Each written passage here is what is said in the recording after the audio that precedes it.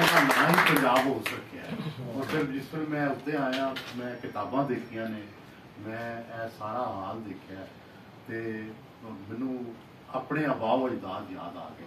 मेरे दादा पंजाबी के शायर सन, मेरे वालिद साहब पंजाबी के बहुत ही संजीदा तालिब इलम सन। मैं तो नालायक जहा बंदा वा, लेकिन उन्होंने सारिया चीज़ा मेरे को महफूज ने। उन्होंने छपी शायरी मेरे दादा जी, मेरे वालिद साहब के लिखे मुल्फूजात साड़ी सारी। मेरे दादा जी नाम से चौधरी अली बख्श, अली बख्श। असी लखनवाल जिला गुजरात ते वो असी ते हुण साडे कोल ते मखतूतात ते वो चीज़ां ही रह गईयां ते किताबां रह गईयां ते असी सारी फैमिली जिहड़ी इंक्लूडिंग मी, असी सारे फैमिली ऑफ टीचर दा। मेरे दादा भी, मेरी दादी भी, मेरे नाना भी, मेरी नानी भी, मैं भी, मेरी वालदा भी, मेरे चाचे भी, असी सारे ही टीचर। मैं FC कॉलेज पढ़ाता रहा, लेकिन मैं अंग्रेजी पढ़ाता रहा तो इस तरह साडा एक टीचिंग नाल तालीम नाल एक वास्ता है। इस तो जदों भी किताबां देखने जदों भी कोई इहो जिहा बंदा देखने कि जिहड़ा इन्नी मुहब्बत करता है उन्हां नाल ते दिल खुश होंदा है।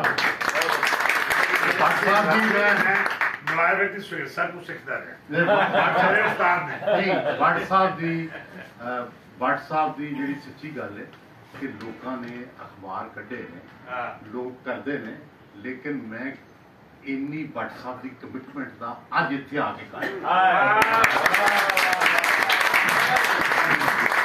मैनूं लगा कि भाई इन्हां दी दिल की आवाज़ है, ये वैसे नहीं हो सकता। ये सारिया चीज़ां। दूसरी मैं गल करना चाहना कि प्रोफैसर दिलगीर साहब जी, पहले तो इन्होंने जो तखल्लस है ये दिल खोल है। उसकी वजह है कि दिलगीर का जो लफ्ज़ है ये साडा कॉमन लफ्ज़ है, बेसिकली तो पर्शियन का लफ्ज़ है।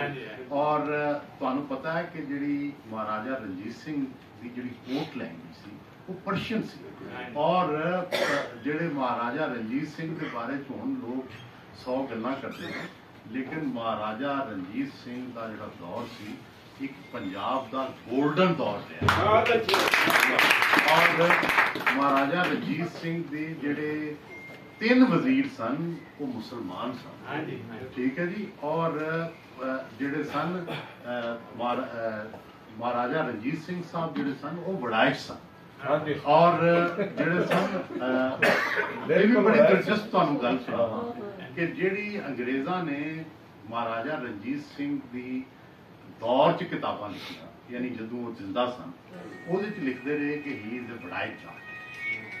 जिस वक्त अंग्रेज इत्थे आ गया तो उन्होंने, क्योंकि उन्होंने विलन सन अंग्रेज़ों के, तो जिस तरह नपोलियन विलन बनाया, जिस तरह हिटलर विलन बनाया, इस तरह महाराजा रणजीत सिंह विलन बनाया नहीं, उन्होंने सांसी करा। अच्छा, क्योंकि साढ़े हाँ पंजाब दे विच असीं सांसियां नूं समझने जिहड़े बाहर जिप्सीज भी और जिप्सीज दी भी जिहड़ी लो ग्रेड जिप्सीज, तो वो साबित करना चाहते सन कि ये कोई जट नहीं, ये दरअसल किसी लो कास्ट का। लेकिन महाराजा रणजीत सिंह की जिहड़ी दानिश सी, जिहड़ा उहदा हुस्ने इंतजाम सी, जिस तरह उन्हें अंग्रेज़ों को रोक के रखा, जिस तरह उन्हें अफगानों को सबक सिखाया, जिस तरह उन्हें पंजाब की सुपरमेसी कायम की, जिस तरह उन्हें पंजाब च मुसलमानों ते सिखां दे दरमियान एक नवा रिश्ता जिहड़ा है वो कायम किया, ये साडे सब लई मशले राह है।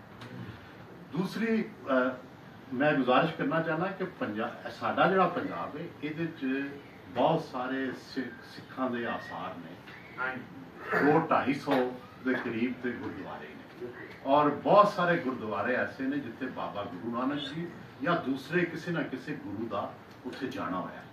तो पहली तो गल है कि सानू सब नूं जिहड़े असीं इस पंजाब दे सानू उन्हां मुकामात की हिफाजत भी करनी चाहिए, तो उन्हां दा अदब भी करना चाहिए, और ऐसा कोशिश करनी चाहिए कि वो ज़्यादा तो ज़्यादा महफूज हो।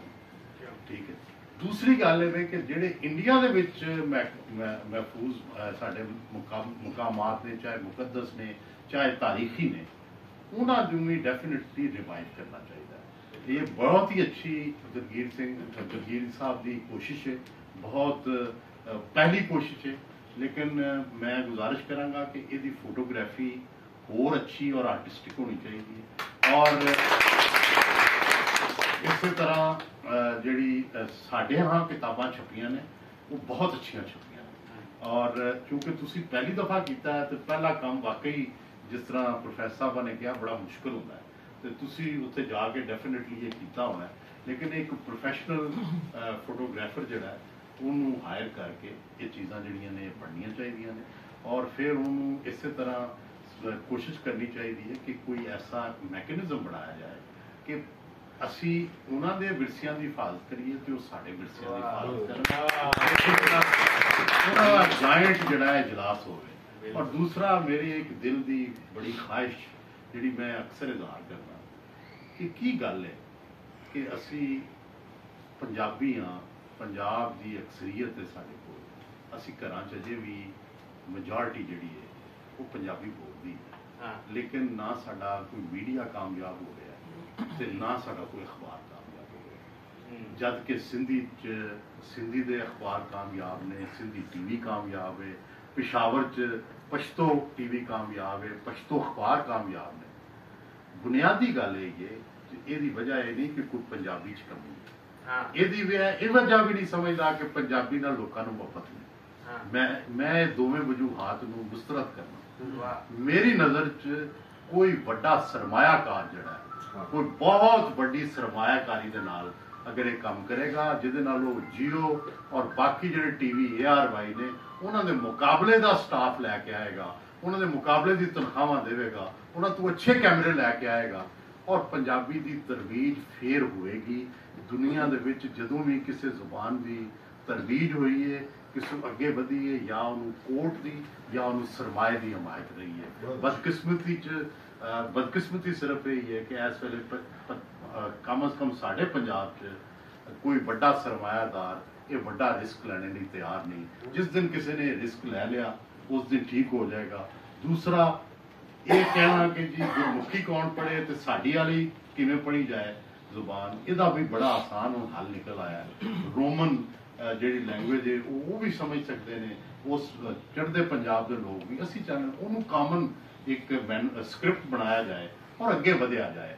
ये दो मेरिया तजावीज़ ने बतौर तालिब इलम, और ये अमल करके असी अपनी जिहड़ा पुराना साडा सकाफती विरसा है, पुरानियां कहानियां ने, सदियां दी अपनी संगत है।